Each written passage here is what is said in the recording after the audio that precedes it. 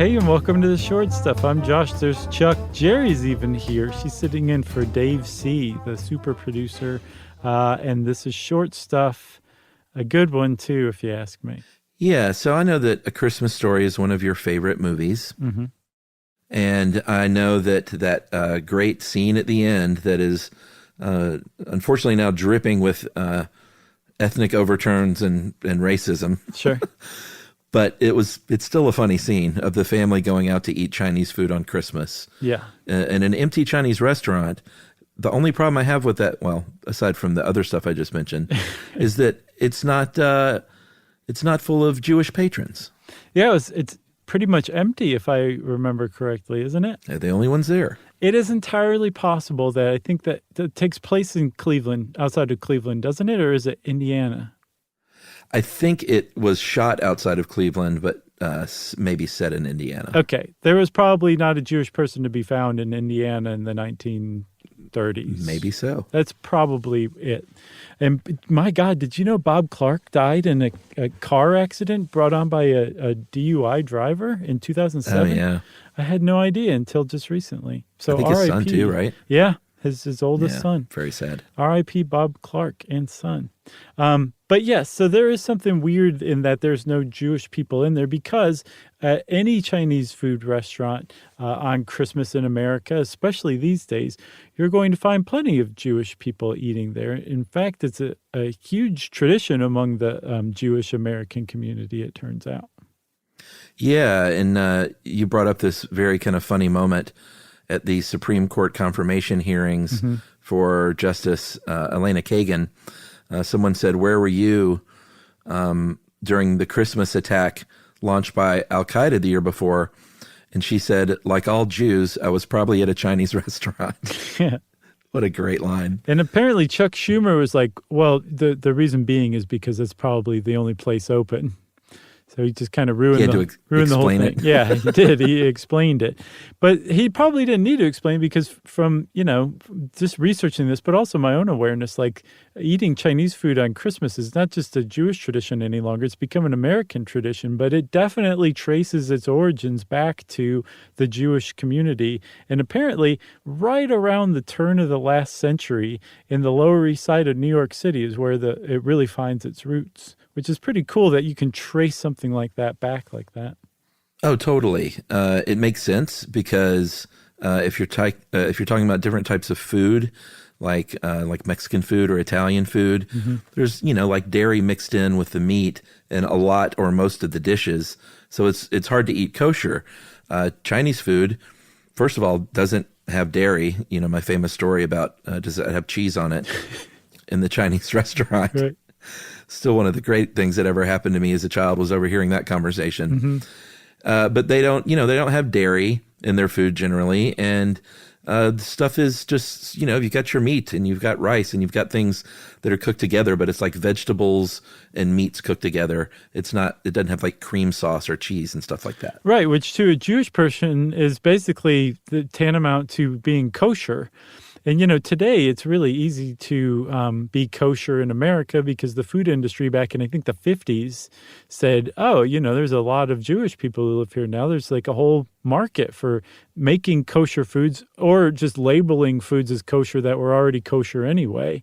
But before that, Chinese restaurants were one of the only places out in the rest of America where a Jewish person could go and feel pretty confident about having a kosher meal.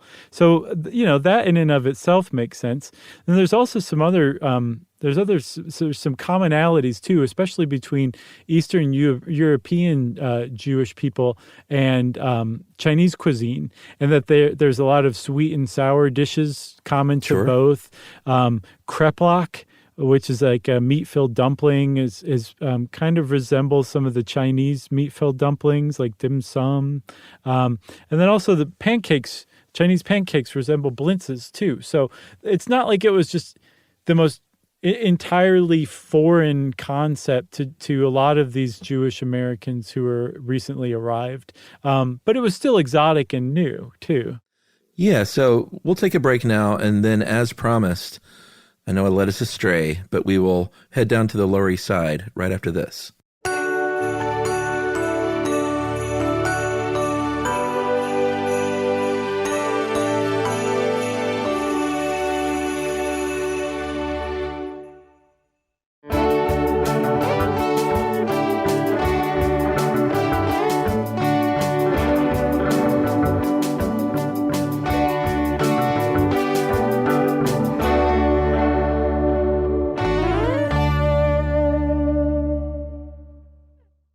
All right. So you promised talk of the Lower East Side where this was kind of born. Mm-hmm. So there's a woman named, and this is not a joke, her name is Jennifer 8 Lee, mm-hmm. the number 8.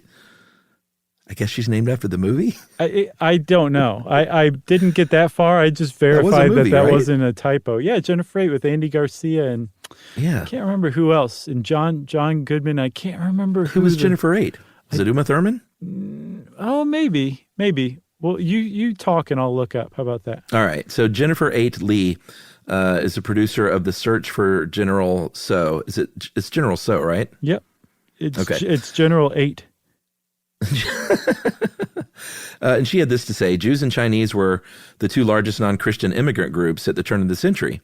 And so these groups were linked by living in the Lower East Side of Manhattan, and they were also linked by otherness.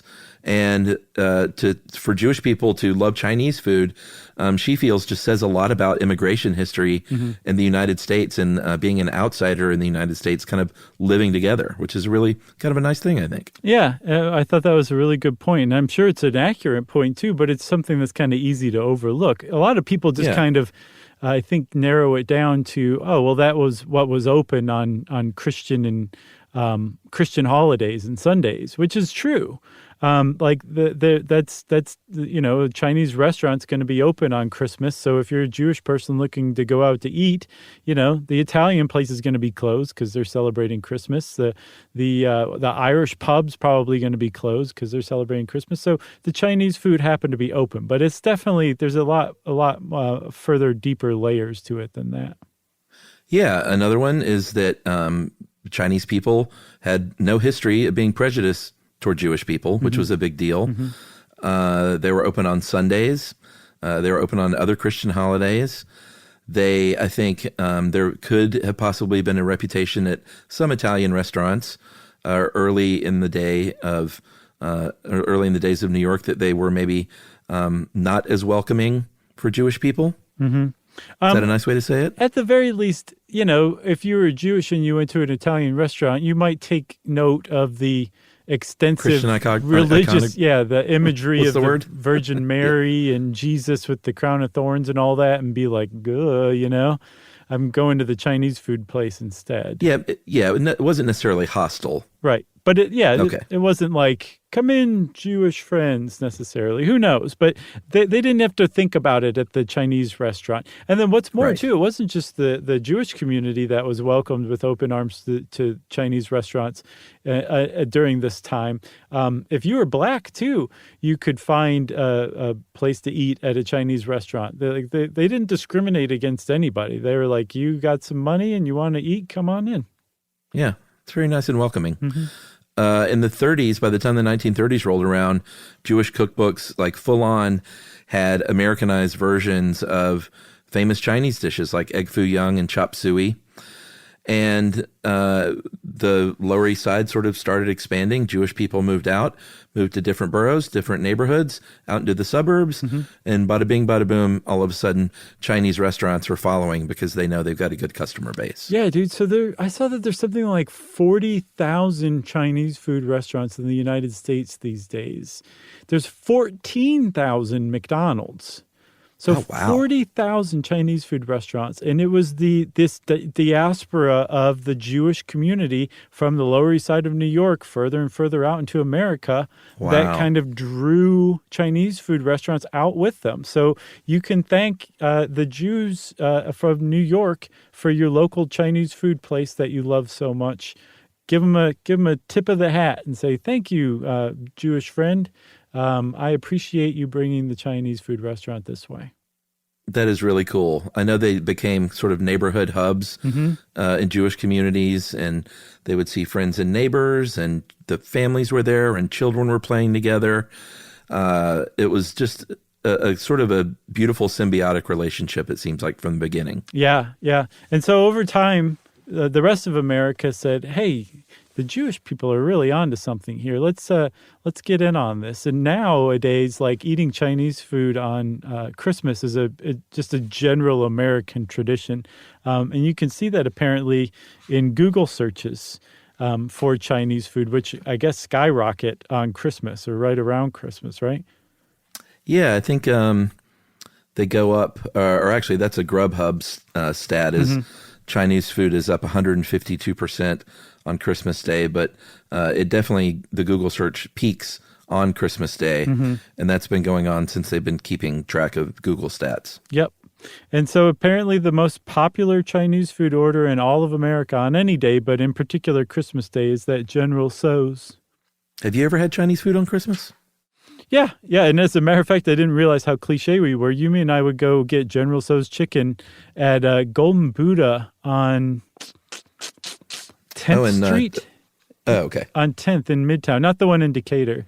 Gotcha. And we just drove past it the other day, and it's gone, which is kind of sad. So there goes our Christmas tradition. But for a few years we would go eat Chinese food on Christmas. It's good. I love Chinese food so much. Yeah, I do too. As a matter of fact, researching this the other day, we ended up getting Thai. It wasn't Chinese, but, close enough. But I was like, we've got to get some Chinese food just from reading about all this and seeing words like egg foo young and chop suey and stuff. It made me so hungry for it. I never had that stuff. I don't even know what chop suey is. So that, I think, is a short stuff in and of itself. But supposedly they think it's chop suey basically means leftovers. So it has its own origin story. We'll do one on chop suey too, okay? Sweet indeed.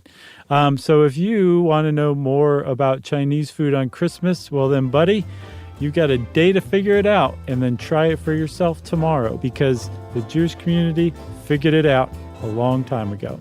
And since I said that, it means that short stuff is out. Stuff You Should Know is a production of iHeartRadio's How Stuff Works. For more podcasts from iHeartRadio, visit the iHeartRadio app, Apple Podcasts, or wherever you listen to your favorite shows.